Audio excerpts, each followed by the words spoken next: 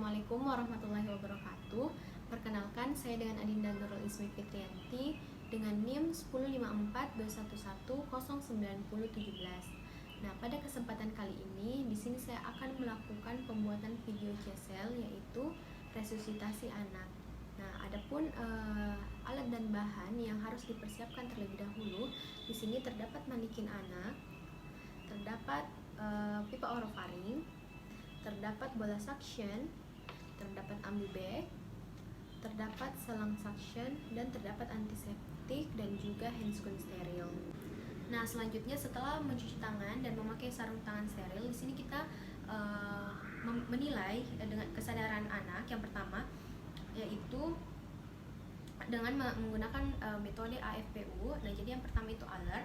Nah, jadi alert ini kita memastikan kesadaran anak sadar atau tidak. Setelah itu V yaitu respon to verbal. Di sini kita memanggil nama adik anak dengan cara menepuk bagian pundaknya. Adik.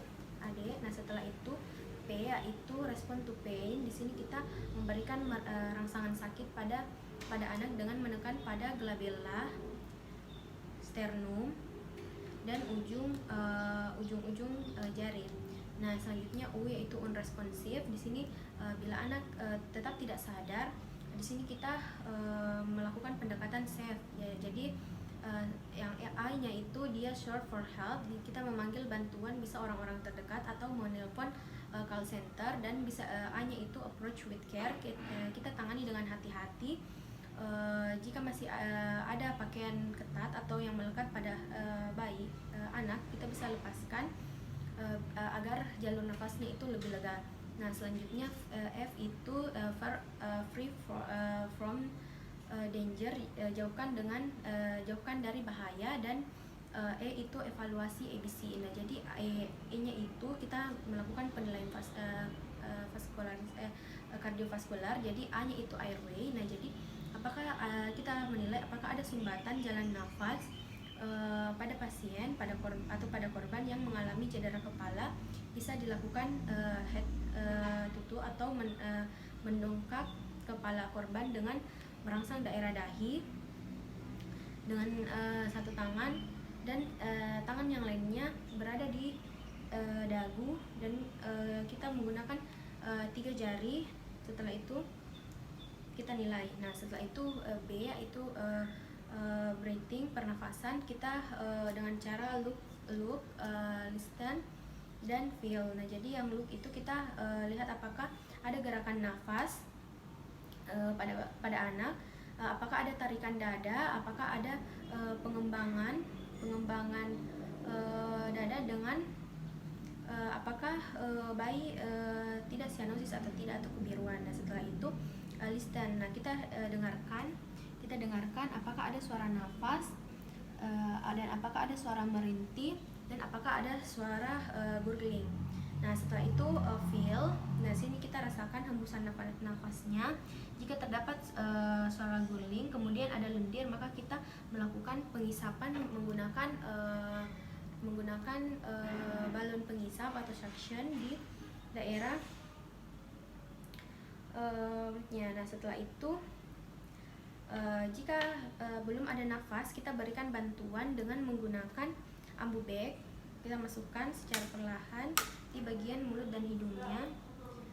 Nah, setelah itu kita meletakkan jari kita dengan huruf C dengan memasangkannya dengan baik. Nah, setelah itu kita melakukan pasang sungkup dengan sesuai ukuran sehingga mulut dan hidungnya masuk dan dirapatkan.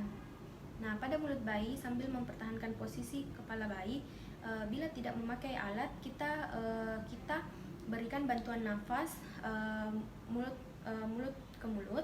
Bila dengan mulut tarik nafas, dan kemudian kita menarik nafas mulut, dan kita tiup dengan pengembangan dadanya. Bila tidak ada pengembangan, kemungkinan terjadi obstruksi jaringan nafas. Nah, selanjutnya kita menilai sumbatan jalan nafas. Nah, jadi pada neonatus sumbatan berupa cairan hingga menggunakan bola suction. Jika terlalu bisa menggunakan juga selang suction. Nah, pada anak yang mengalami sumbatan karena jatuh ke belakang, maka kita menggunakan pipa orofaring sesuai dengan ukuran anak dengan cara mengukur dari sudut bibir sampai ke angulus mandibula. Nah, jika anak umurnya lebih dari 8 tahun, kita bisa memasang manuver rotasi pada saat dimasukkan ke setelah itu kita dorong ke bagian atas. Nah, selanjutnya untuk sumbatan jalan nafas berupa benda, maka kita dapat membebaskan jalan nafas dengan 2 cara, yaitu black blow dan chest thrust. Nah, selanjutnya untuk metode black blow, di sini satu tangan penolong berada di dada untuk menopang dagu dan leher. Untuk menopang dagu dan lehernya, setelah itu kita sandarkan pada lutut penolong. Nah, setelah itu kita letakkan bayi dengan posisi telungkup, kepala lebih rendah daripada badannya.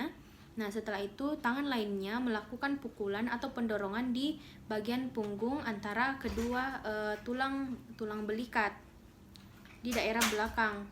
Nah, selanjutnya kita melakukan pukulan atau pendorongan di bagian punggungnya secara 5 kali.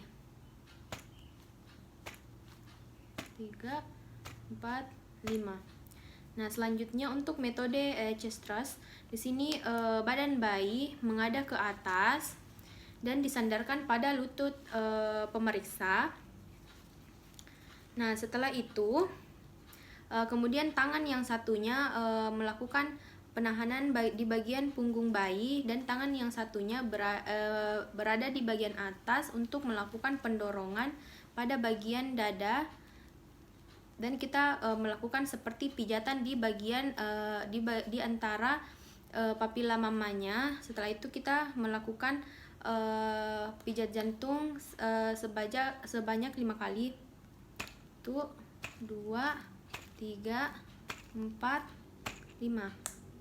Nah, biasanya untuk anak yang lebih besar, umur 2 tahun, biasanya dilakukan dengan cara helming maneuver dan back bow. Nah, pada helming maneuver ini penolong berdiri di belakang anak, kemudian kedua tangan penolong melingkar di badan anak pada bagian perutnya, di dekat pusat dan di processus xiphyoideusnya. Nah, setelah itu kita lakukan tekan ke arah abdomen dengan hentakan sebanyak 3-5 kali.